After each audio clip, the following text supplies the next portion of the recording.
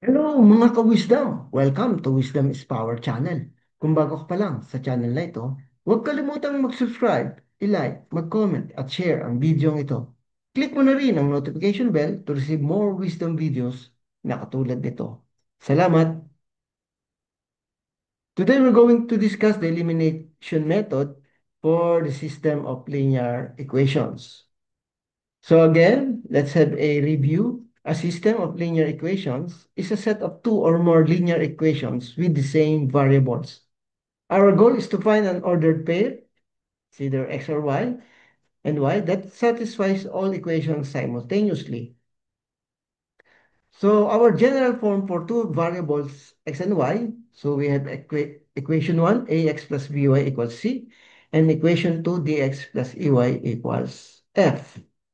So where A, B, C, D, E, F are constants. So let's have an illustrative example. So 2x plus 3y equals 16 and 4x plus 5y equals 28. So what will be the value of x and y that will satisfy the two equations? So that is our goal. So find the value of x and y that will satisfy the two equations. So to solve for all variables uniquely, you need at least as many independent equations as you have variables. So ibig sabihin, kung dalawa yung iyong variables, you need two or more equations. If you have three variables, you need three equations or more. So yun ang ibig sabihin nun. So let's have an illustrative example. So 2x plus 3y equals 16, 4x plus 5y equals 28. So what will be the value of x and y that will satisfy the two equations? So let's try x is equals to 2 and y is equals to 4. This is just our guess that the value of x is equals to 2 and the value of y is equals to 4. So let us assume this is our equation 1 and this is our equation 2. So for the equation 1, 2x plus 3y equals 16. So we simply substitute the value of x and the value of y doon sa ating equation. So that will become 2 times 2 plus 3 times 4 equals 16. And simplifying, 4 plus 12 equals 16. And 16 is equals to 16. So for equation 2, so again, we will substitute the value of x and the value of y here in our equation 2. So that will become 4 times 2 plus 5 times 4 equals 28. So that is simply 8 plus 20 equals 28. So 8 plus 20 is 28 equals 28. So parehas na satisfy yung ating, nung x and y, yung ating two equations. So meaning, anong ibig sabihin yon? Ang ibig sabihin nun, tama ang hula natin. Na ang value ng x ay 2 at ang value ng y is equals to 4. But of course, hindi naman natin pwede laging huhulaan, no? So that's why dinidiscuss natin itong mga different methods in solving system of linear equations. We have graphical method, substitution method, we have elimination method, and we have also matrix method. But today we're going to use elimination method to solve a system of linear equations. So to perform the elimination method for linear equations, write all variables in the left side of the equation and the constant in the right side. Align the variables in the same column. Choose a variable to eliminate instantly or think a multiplier for possible elimination of the variables. So add or subtract the two equations. So let's have an example here. 2x plus y equals 10. So let's call this equation 1. And 3x minus y equals 5. Let's call this equation 2.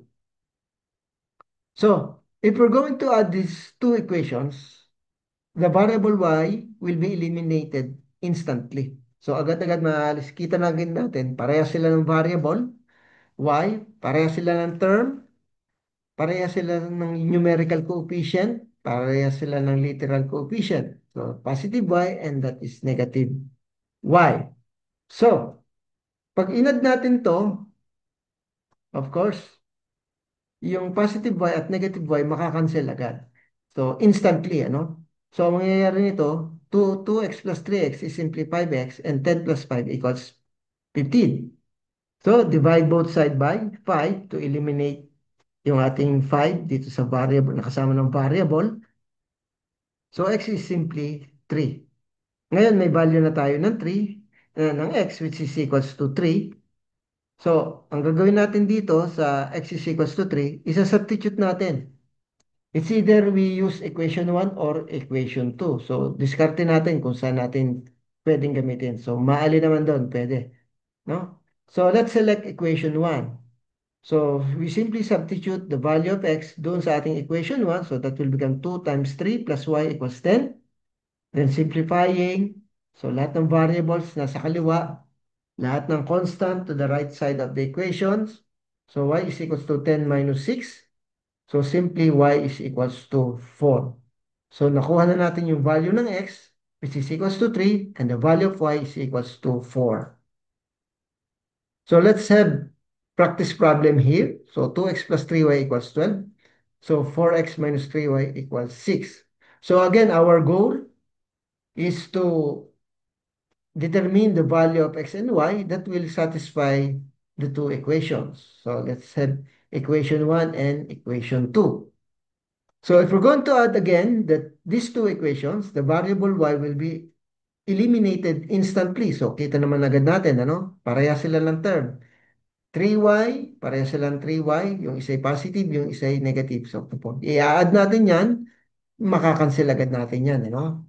So positive 3y and negative 3y, makakancel agad natin. So this will become 6x equals 12 plus 6 is equals to 18. So 6x is equals to 18, divide both side by 6. So simply x is equals to 3. So again, nakakuha na tayo ng isang value. Pwede na nating i-substitute dyan doon sa equation 1 or pwede rin sa equation 2. So kung saan nyo nakikita mas madaling i-substitute. So let's select equation 2 para i-substitute yung value ng x, which is equals to 3. So 4 times 3 minus 3y equals 6. So again, 12 minus 3y equals 6. So lahat ng variables sa left side, all constant will go to the right side of the equation. So negative 3y equals 6 minus 12. So 6 minus 12 is equals to negative 6. So divide both sides by negative 3. And we will get y is equals to positive 2. So now we get the value of x, which is 3, and the value of y is equals to 2. So let's have practice problem here, another practice problem using elimination method. So obviously equation 1, we have equation 1 here and equation 2. So kita na agad natin parehas yung x variables, no? So ang gagawin natin dyan, para ma-eliminate agad yan, mag-subtract tayo. If we subtract equation 2 from equation 1, the variable x will be eliminated instantly. So as we can see, paano mangyayari yon? Alam natin na kapag subtraction, nababago lahat ng sign ng ating minuend. So yung positive magiging negative at yung negative magiging positive. So yung x, then we will proceed to addition. So x plus negative x, makakancel ito. So negative 2y plus negative y is negative 3y. 4 minus 13, that will become negative 9. So divide both sides by negative 3. So simply y is equals to positive 3. Now you have already the value of y. So again, the same process, the same step. Isa-substitute lang natin either equation 1 or equation 2. So it's up to you kung alin ang gagamitin mong equation. So let's select for our discussion equation 2. Para kita na agad natin. So, x plus 3, dahil ang value ng y is 3. So, isa-substitute lang natin yon. Then, ita-transpose natin to the right side of the equation. So, x is equals to 10. So, these are the values of x and y, which is 10 and 3, respectively. So, let's have another practice problem. X minus 2y equals 8. That is our equation 1. X plus y is equals to 5. That is our equation 2. So, kita na agad, may eliminate na agad natin yung variable x by subtracting equation 2 from equation 1. So again, we use the rules of subtraction for algebraic expression. So change the sign of our minuend. Then makakancel natin yung x. Then negative 2y minus y is negative 3y. And 8 minus 5 is equals to 3. So divide both sides by negative 3. And we will get y is equals to negative 1. Then, obviously, the same process, the same step. Once na nakakuha na tayo ng isang value ng variable, isasubstitute natin ito doon, either equation 1 or equation 2. So, mas madali sa equation 2. So, ito ang piliin natin. Let's select equation 2. So, x plus y is equals to 5. So, since the value of y is negative 1, so x plus negative 1, pag nilipat mo sa right side of the equation, it will become positive 1. So, x is equals to 6. So, these are the of values of our variables. X is equals to 6 and y is equals to negative 1. Practice problem number, I think this is practice problem number 4. Huh? So, do we have equation 1 and equation 2? So, you will notice that this is our illustrative example earlier na hinulaan lang natin, which is na-satisfy naman yung dalawang equations. Now, hindi tayo manghuhula. We will be using elimination method. So, kailangan makakuha natin yung x is equals to 2, y is equals to 4. So, we will notice again na kapag nag-add tayo or nag-subtract, wala tayong may eliminate na variable. So, ang gagawin natin, mag-iisip tayo ng number, dadalhin natin itong mga variables natin na pareho sila ng terms. Okay? So, halimbawa, yung 2x, meron tayong 4x sa equation 2. So, para maging 4x din yun, i-multiply natin yung equation ng 2. No? Or, kung gusto nating i-eliminate yung y, ang gagawin natin, yung 3y gagawin natin 15. So, multiply natin ng 5. At yun namang equation 2, para maging 15y, i-multiply natin ng 3. So, dun muna tayo mag-eliminate sa x. No? Para mangyari yon, let's multiply equation 1 by 2 for possible elimination of variable x. So, yung equation 1, multiply natin ng 2. So, distributive property of multiplication. So, that will become 4x plus 6y equals 32. So, let's call this equation 3. Then, subtract equation 2 from equation 3 to eliminate instantly variable x. So, ito yung sinasabi natin. So, parehas na silang 4x. Yung equation 1 at equation 2 na tinawag nating equation 3. Ano? So, 4x plus 6y equals 32. Yun yung ating equation 3. Then 4x plus 5y equals 28 yung equation 2 natin. So again, mag-subtract tayo para ma-eliminate natin yung variable x by following the rules for subtraction of algebraic expression. Mag-change lahat ng sign, then proceed to addition. So 4x minus 4x, that will be cancelled out. So 6y minus 5y is y. So 32 minus 28 is equals to 4. So again, meron na tayong value ng y.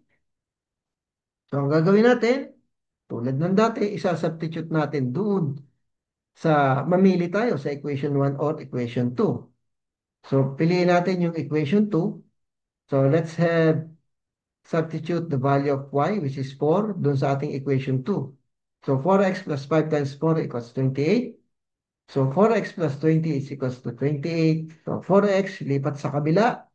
It will become negative 20. So 4x is equals to 8. Divide both sides by 4 to eliminate yung ating kasama ng variable na x. So matitira yung x. It will simply x is equals to 2.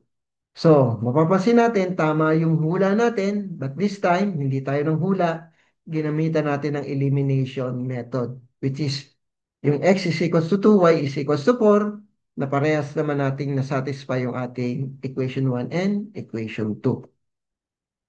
So, let's have another practice problem. So, equation 1, we have equation 2 also. So again, mapapansin natin dito, wala tayong mai-eliminate either mag-add tayo or mag-subtract dahil wala silang parehas na term. No? So, dadalhin natin dapat yung mga equations natin sa meron silang parehas na terms. So, kung may parehas na silang terms, saka pa lang tayo mag-a-add or magsusubtract. Depende dun sa ating given. So, multiply equation 2 by 5 for possible elimination of variable x. So, if we want to eliminate variable x, i-multiply natin ng 5 yung equation 2. So, we have x plus y equals 5. Multiply daw natin ng 5. So, it will become 5x plus 5y equals 25. So, you will notice na meron na tayo rito 5x. Sa equation 1, meron na rin tayong 5x. So, pwede na nating ma-eliminate yung variable na x by subtracting equation 3 from equation 1 to eliminate instantly variable x. So, 5x plus 2y equals 22. Then, subtract natin yung 5x plus 5y equals 25. So, again, mag-change lahat ng values o ng sign. So, may eliminate na natin itong x. Then, 2y minus 5y, that is negative 3y. 22 minus 25, that is negative 3. So, negative 3y equals negative 3. Divide both sides by negative 3. Or simply, y is equals to 1. So, ngayong may value na tayo ng y, isasubstitute na natin yan sa equation 2. Piliin na agad natin yung equation 2 dahil mas simple siya, no? So, x plus y equals to 5.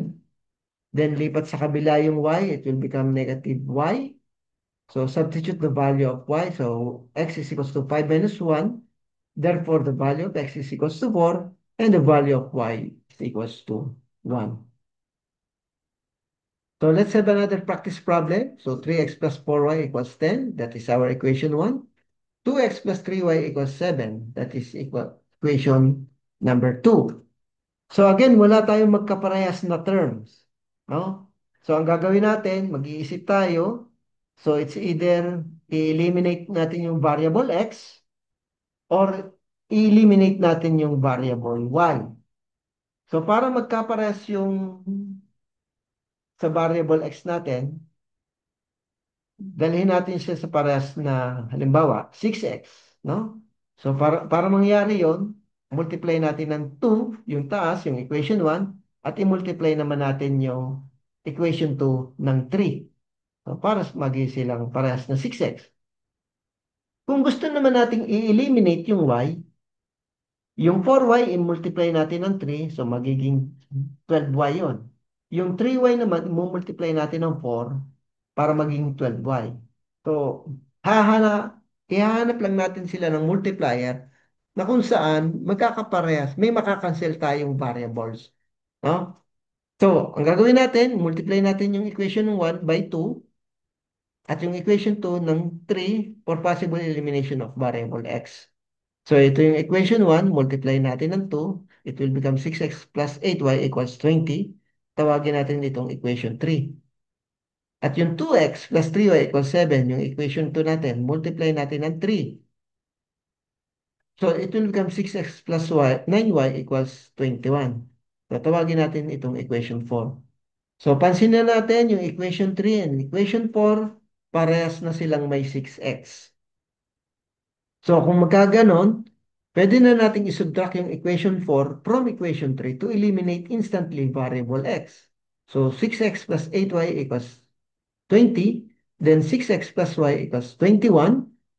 So, again, mag-change lahat ng ating sign. Then we will proceed to addition.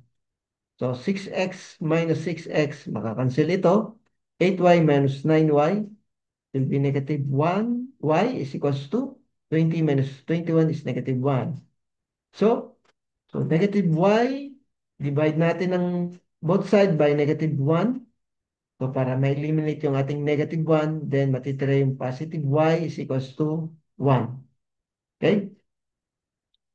So, meron na tayong value ng 1, y, which is equals to 1. Isa-substitute natin dito sa equation 1 or equation 2. So, piliin natin yung equation 2. So, 2x plus 3y equals 7. So, 2x plus 3 times y equals 7. So then transpose to the right side of the equation, it will become -3. So 2x is equals to 4. So divide both sides by 2 and x will be equals to 2. So ang value ng x natin ay 2 and the value of y is equals to 1. So ito yung mga set of practice problems natin. So you can use elimination method. So to find the value of the variables for number 1, number 2, number 3, 4, and 5. So for number 1, the value of x is equals to 4 and the value of y is equals to 2. So for number 2, the value of x is equals to 13 and the value of y is equals to 5. For number 3, the value of x is equals to 5 and the value of y is equals to 6. And for number 4, the value of x is equals to 2 and y is equals to 0. For number 5, value of x is equals to -3 and the value of y is equals to 7. So that's all mga ka-wisdom. Again, kung bago ka pa lang sa channel na ito, huwag kalimutang mag-subscribe, i-like, mag-comment, at i-share ang video ito. Click mo na rin ang notification bell to receive more wisdom videos na katulad nito. Salamat!